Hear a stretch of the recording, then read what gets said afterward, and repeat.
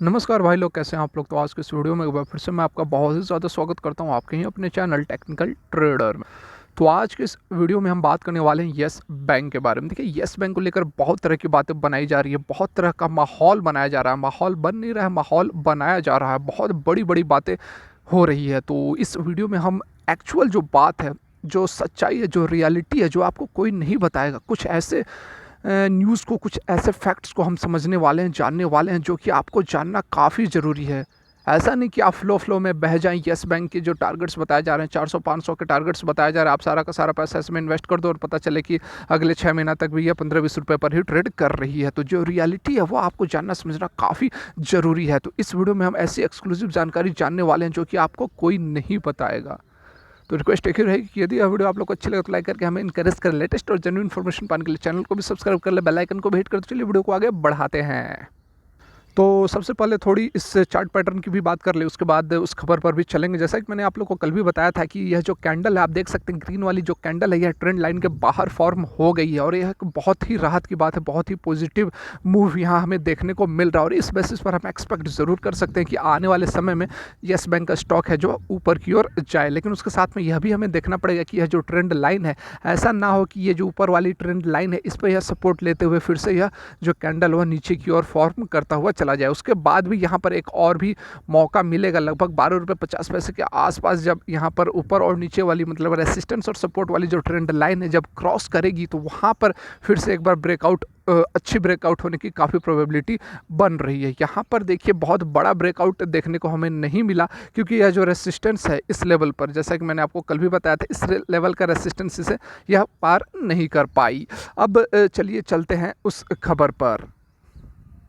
तो खबर को समझने के लिए पहले आपको ये भी डाटा जानने पड़ेंगे। देखिए, यहाँ पर ये जो डाटा दिए हुए हैं, सिंपली यहाँ पर कितना कर्ज है येस बैंक के जो पैसे फंसे हुए हैं, किस किस के पास फंसे हुए हैं, मतलब एनपीए की बात कर ले आप, बैड लोन्स की बात कर ले, स्ट्रेस एसेट्स की बात कर ले, ठीक है। तो देखिए, रिलायंस सबसे ऊपर है, फिर SL, DHFL, ILFS, Jet Airways, Kalkar group और भी आपको यहाँ पर कंपनियाँ दिख जाएंगी।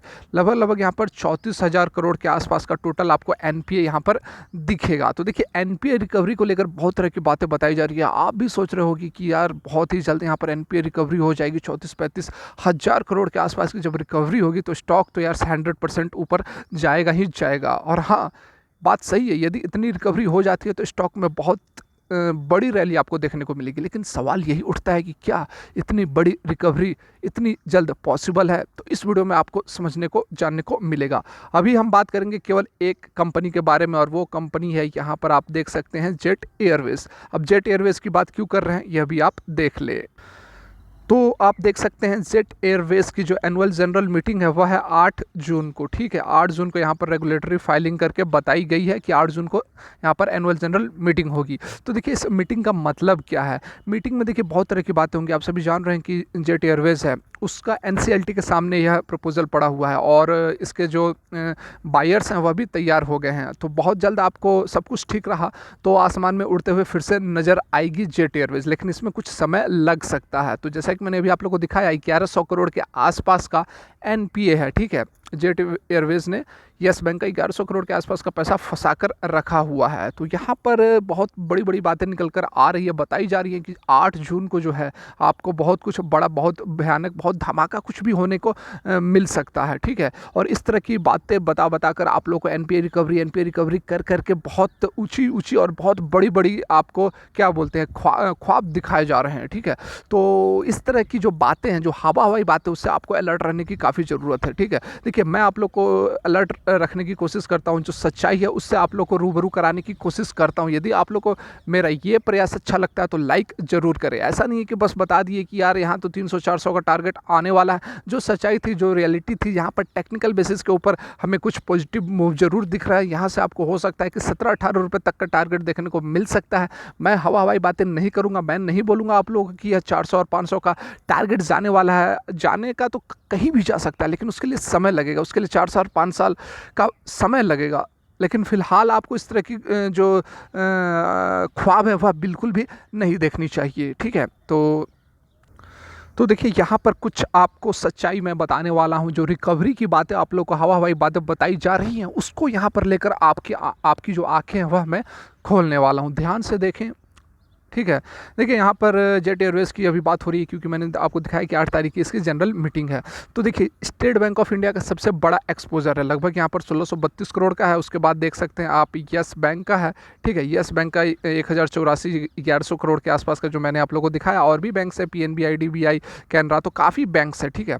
यहाँ पर 1100 करोड़ की रिकवरी होनी चाहिए, ठीक है, होनी चाहिए। मतलब कि जो पैसे फंसे हुए वो है 1100 करोड़। लेकिन उसके बाद देखिए यहाँ जो ये बातें आप लोग को कोई नहीं बताएगा। Steep hair cut for lenders, ठीक है। देखिए with the offer of 380 crore pay out to financial creditor plus NCLT, यहाँ देखिए जो बातें आप लोग को जाननी चाहिए। फाइनेंशियल क्रेडिटर, देखिए फाइनेंशियल क्रेडिटर्स मतलब बैंक्स ही होते हैं कुछ। देखिए दो तरह के क्रेडिटर्स होते हैं, एक तो फाइनेंशियल क्रेडिटर, एक ऑपरेशनल क्रेडिटर्स। तो यहाँ हम बात करेंगे फाइनेंशियल क्रेडिटर्स की। फाइनेंशियल क्रेडिटर मतलब जो बैंक्स होते हैं, जो फाइनेंशियल इंस्टीट्यूशंस होते हैं जो कि लोन देते हैं, वहाँ उनकी बात की जा रही है।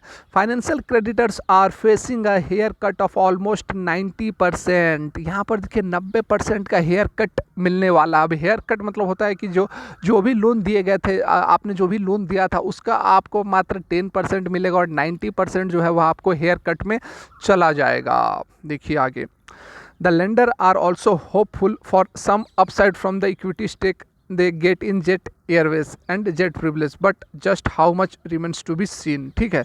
यहाँ पर देखिए कितना देखने को मिलता है, but how much remains to be scene.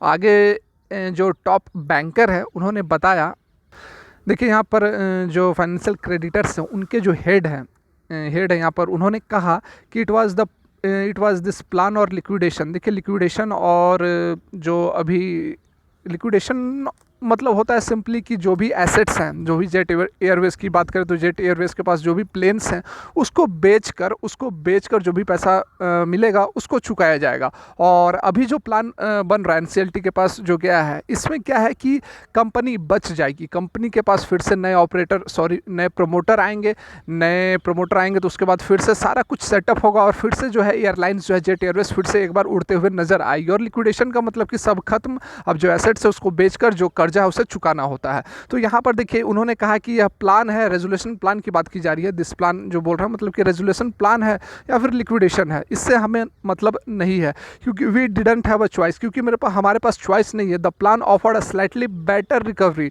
So that's what bankers voted for, ठीक है। मतलब यहाँ पर बताया जा रहा है कि जो भी हो, रेजोल्यूशन प्लान हो या फिर लिक्विडेशन हो, हमें उससे बहुत ज़्यादा कुछ लेना देना नहीं है, क्योंकि जो भी रिकवरी हो रही है यहाँ पर रेजोल्यूशन प्लान से जो भी रिकवरी हो रही है वह स्लाइटली बेटर रिकवरी है, मतलब कि इससे भी कम रिकवरी की उम्मीद की जा रही है। तो जो मिल रहा है वह बढ़िया है। देखिए यहाँ पर जो दूसरे बैंकर हैं उन्होंने भी कहा है कि द रियलाइज्ड लिक्विडेशन वैल्यू, मतलब कि यदि लिक्विडेशन होता है जिसके कि कुछ ही एयरक्राफ्ट्स है, some aircrafts to speak of as an asset would be far lower in value compare to the small token amount we will recover under the plan offered by Carlock and consortium. Carlock consortium ही जो यहाँ पर bidding करके उन्होंने जीता है।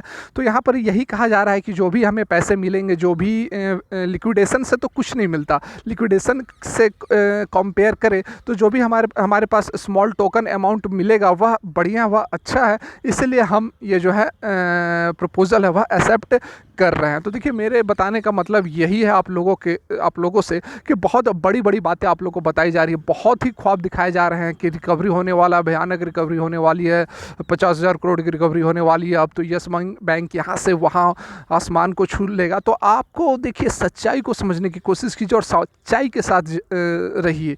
यहाँ देखिए मैंने आप लोगों को दिखा दिया कि कितनी रिकवरी होने वाली है, तो इसलिए हवाई जो पुलाव है वह आप ना पकाए। देखिए इसका मतलब यह बिल्कुल भी नहीं है कि मैं बोल रहा हूँ कि यस बैंक तो अब 5 रुपये 6 रुपये जाने वाला है, यस बैंक तो अब कुछ बचा नहीं है, बिल्कुल नहीं, मैं ये बातें नहीं बता रहा हूँ। मैं आप लोगों को कह रहा हूँ कि यस बैंक काफ़ी बढ़िया परफॉर्म कर रही है। NPS जरूर है, कुछ कर्ज जरूर बढ़ते हुए नज़र आ रहे हैं प्रोविजंस के कारण, तो उसमें आपको थोड़ा समय लगेगा, थोड़ा वेट करना पड़ेगा, धीरे धीरे सही, लेकिन यस बैंक आपको अच्छे रिटर्न्स देगा। लेकिन ऐसी बात नहीं है कि आपको बस बोला कि यार आप तो अपर सर्किट लगने वाली है, आप तो 400-500 का टारगेट होने वाला है, ऐसी बात बिल्कुल भी नहीं है। इस तरह की बातें जो भी बताते हैं आप उनसे काफ़ी सावधान रहने की आपको ज़रूरत है। तो आज की मेरी वीडियो यहीं तक, अच्छी लगी तो लाइक ज़रूर करें। वीडियो देखने के लिए बहुत बहुत धन्यवाद। भगवान करे आपका दिन मंगलमय हो।